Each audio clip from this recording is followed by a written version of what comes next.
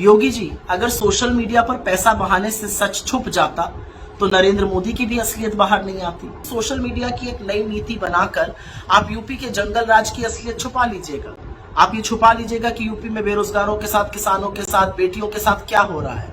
आप बौखलाए हुए हैं और आपसे नैरेटिव कंट्रोल नहीं हो रहा है। दिल्ली और आपके बीच की रस्साकशी और सिरपुटौल को भी बिल्कुल उजागर करके रख दिया है।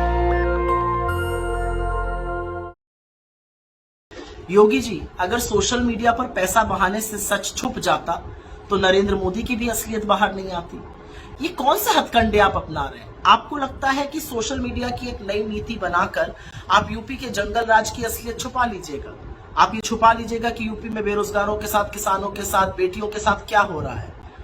मेरा अपना मानना है कि अपने सोशल मीडिया की जो नई पॉलिसी बनी है उसने दो चार चीजें साफ कर दी है। एक, आप बौखलाए हुए हैं और आपसे नैरेटिव कंट्रोल नहीं हो रहा है। दूसरा, दिल्ली और आपके बीच की रस्साकशी और सिरपुटौल को भी बिल्कुल उजागर करके रख दिया है। तीसरा, इसने ये बिल्कुल सिद्ध कर दिया है कि जमीनी हकीकत जो है वो बद से बदतर होती जा रही है और अब आपको चरणवंदक चाहिए एक अच्छी सी पिक्चर दिखाने के लिए लोगों को। और चौथी बड़ी बात यह है कि आपकी गीदड़ धमकियों से कोई डरने वाला नहीं है।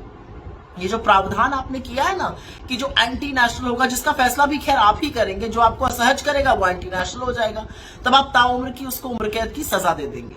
कहां इन चक्करों में पड़े हैं? आपका ट्रैक रिकॉर्ड तो उस पर क्या रहा है सबको पता है। चाहे वो मिर्जापुर में नमक रोटी का मामला हो, चाहे वो मुसहर के घास खाने का मामला हो, चाहे वो देवरिया में कोरोना काल के दौरान बच्ची पोछा लगाती हुई दिखाई गई हो, चाहे वो पीपीई किट का घोटाला हो। जिन जिन पत्रकारों ने इन कहानियों को किया, आपने उनके ऊपर सेडिशन, एंटी नेशनल, देशद्रोह का मुकदमा चलाया।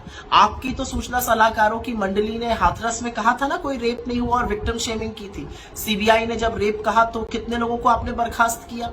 तो इन सब चक्करों में मत पड़िए और ये आप डिसाइड करेगा कि क्या एंटी नेशनल है क्या नहीं है। चित्रकूट में टूटी सड़कें, आज उस पर चर्चा हो रही है। क्या ये देशद्रोह है उस पर चर्चा करना? फर्रुखाबाद में बेटियों के साथ जो दरिंदगी हुई, 2 लटकी हुई लाशें मिली, उनके पिता कह रहे हैं हमें जबरन जो प्रशासन और पुलिस है वो दबाव बना रहा है। मतलब न्याय के लिए भी अब आंदोलन और गुहार लगानी पड़ेगी।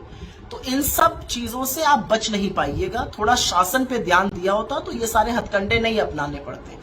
ये सब चरणवंदक जो है आपकी वाहवाही करेंगे, राजकोष को लूटेंगे, लेकिन यूपी के भयावह सच को छुपा नहीं सकते हैं। ये बात याद रखिएगा।